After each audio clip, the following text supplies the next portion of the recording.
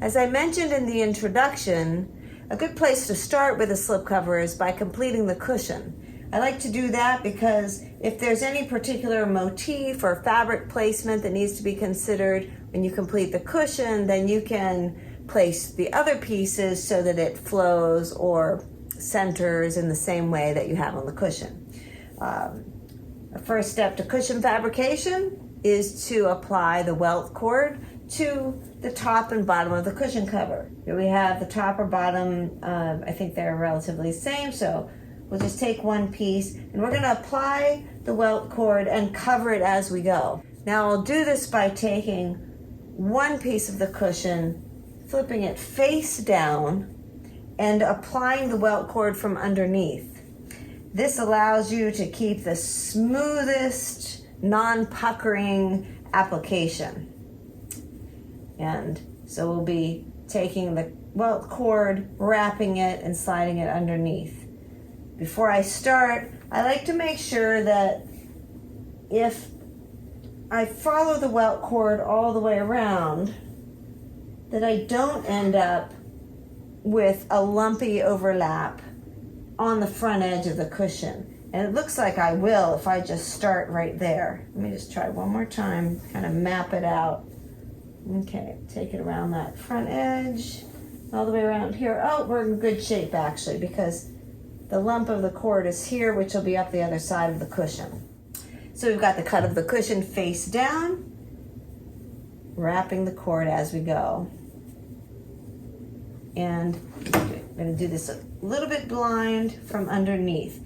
Now I should have a notch in my center back. Can't see this one. So let me just make it one more time.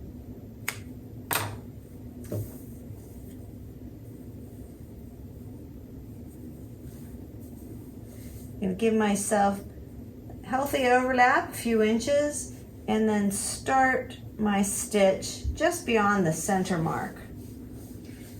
Now, if I was careful with the cut of my welt at 2 1/4 inches, then when my stitch is up here next to the cord, I should have about 3/4 of an inch to the right side.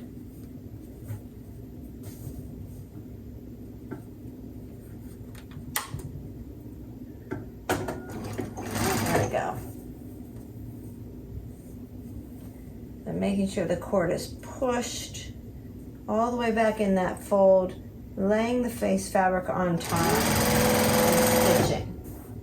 Now this can be scary for some beginners because it seems like you're managing so many layers at once. But you'll find that if you start practicing using this method, that it's not only faster, but it also prevents you from having a visible cover stitch that you might not have gotten close enough or covered up on your next go around.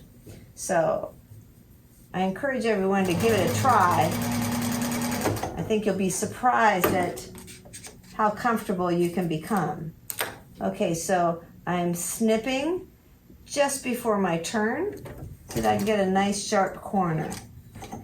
So that snip I made was to relieve the fabric right here at the point of the needle turn.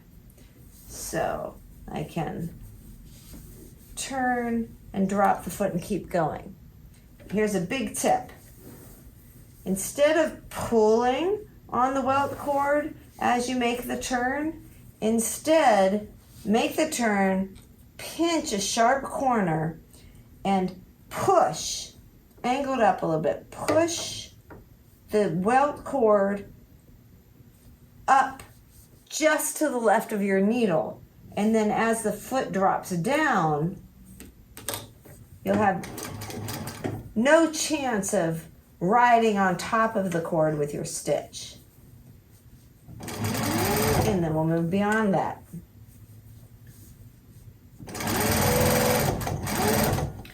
One of the benefits of applying the welt cord from underneath is that the foot tends to drag on the fabric. And if it is the other way around, where you have the welt cord on top, what ends up happening is often this layer underneath gets crunched up by the feed dog, and so you end up with some puckers or tension. If we apply the welt cord from underneath, the grabbing that the feed dog does will grab on the welt cord and smooth out this layer. So it really gives you a very nice unpuckered cushion.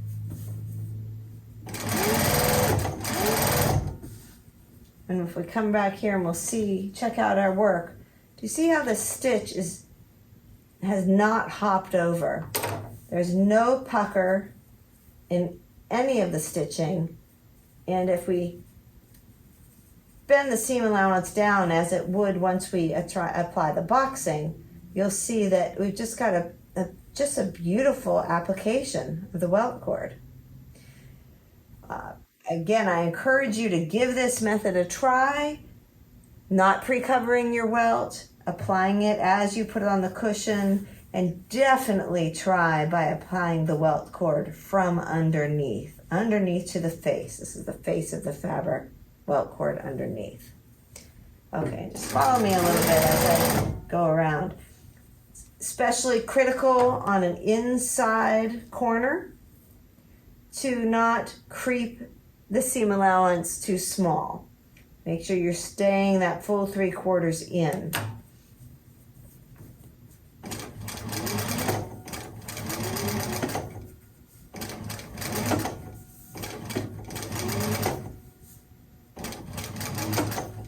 And now I'm approaching an outer corner. I can put my needle down right at the 3/4 inch seam allowance mark. I can lift the foot up and cut perpendicular right into the needle. That will give us this nice turn. And again, push. Instead of pulling this, which will round out the corner, we're going to take the scissors and give it a little push to get the cord and the fabric just inside that needle. There we go. I usually go 1 or 2 stitches and then line myself up again.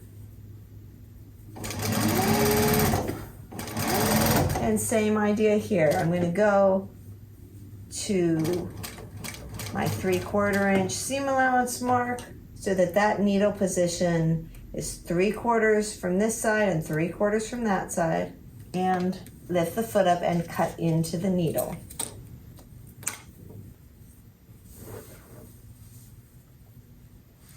And push that cord just to the left of the needle and let the foot grab the cord in the groove.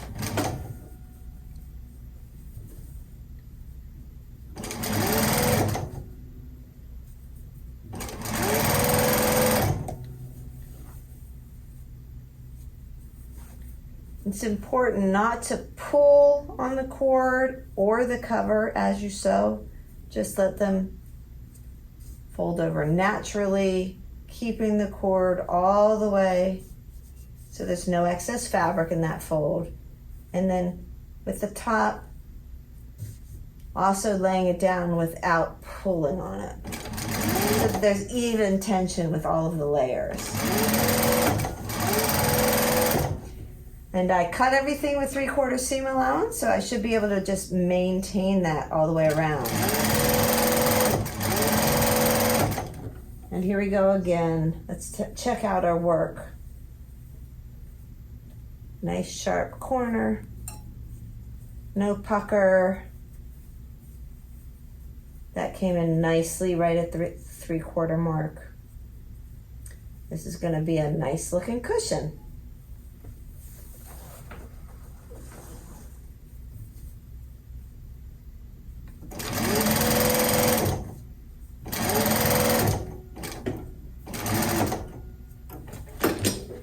Okay, so 3/4 up to the needle and 3/4 in. And I can make a relief cut in my welt cord cover almost to that needle. The needle will actually prevent you from going too far. Turn the cover, create the sharp corner, by pushing that cord up and letting it grab the groove as the foot comes down. Now here's a tip if you're feeling a little scared about making that turn at the right point. It can be a good idea to, with either a fabric marking pen or chalk marker, put a dot at that exact 3/4 mark. Okay, so 3/4 in and 3/4 up. There's the turning point. While I'm there, I'm going to go ahead and mark this turning point too. 3/4 in, 3/4 up. That's where I'd like the needle to just go all the way down.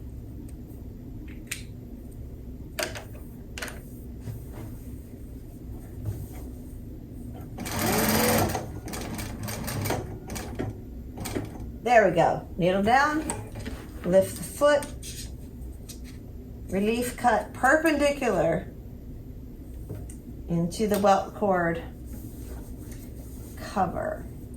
And I'm not going to pull on this because that's going to round out the corner. Instead, I'm going to, with the scissors, give it a little sharpness and allow my foot to fall.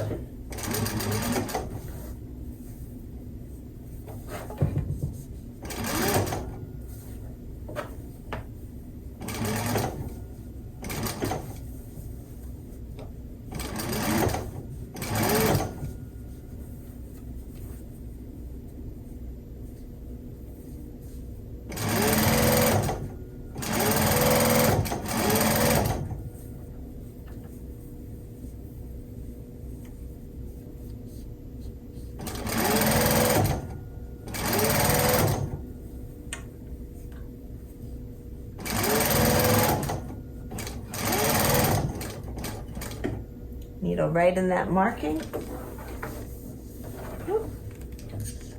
Relief cut to the dot.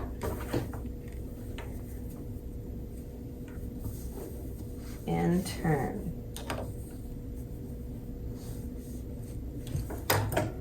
Now remember, this is the part of the cushion where we created those dog ears, so it should be a little more than a right angle turn.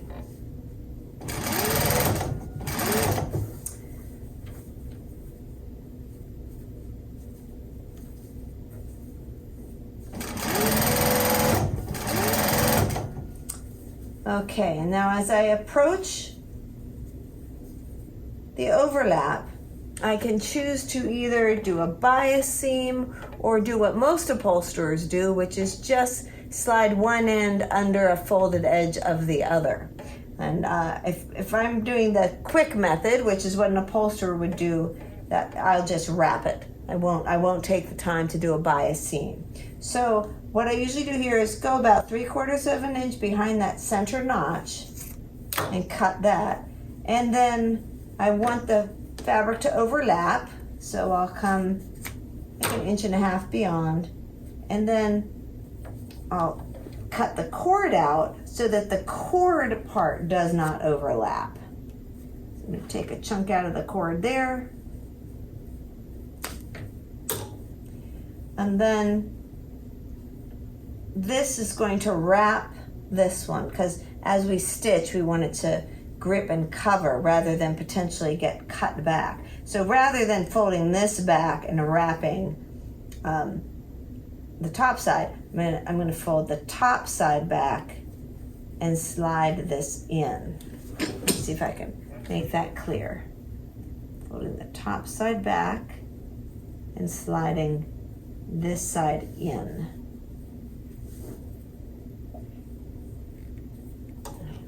How well you can see that. And then align everything back up.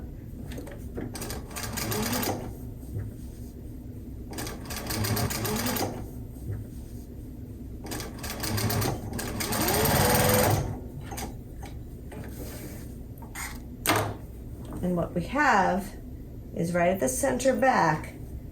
It's kind of bulky, but we have pretty inconspicuous folded overlap to the welt cord.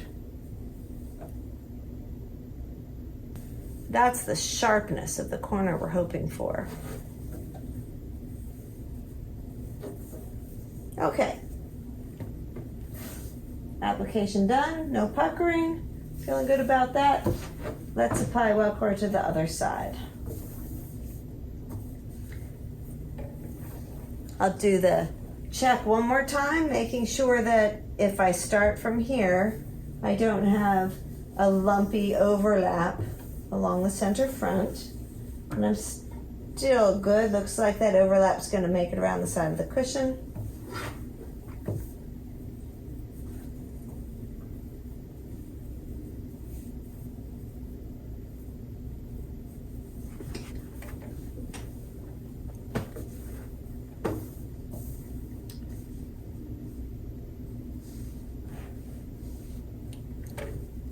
There's my center notch. I'm going to start an inch or two down from that center notch so that I have plenty of space to do the overlap when I come back around. You'll get really good at this with practice. Covering the cord as we go, face down, all layers with the same tension.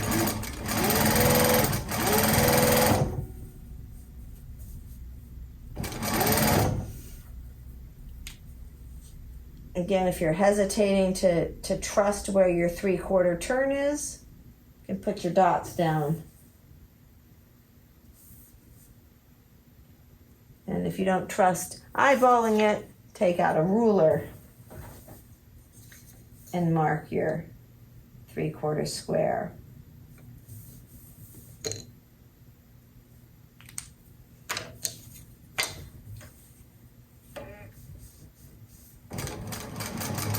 This was a dog ear corner.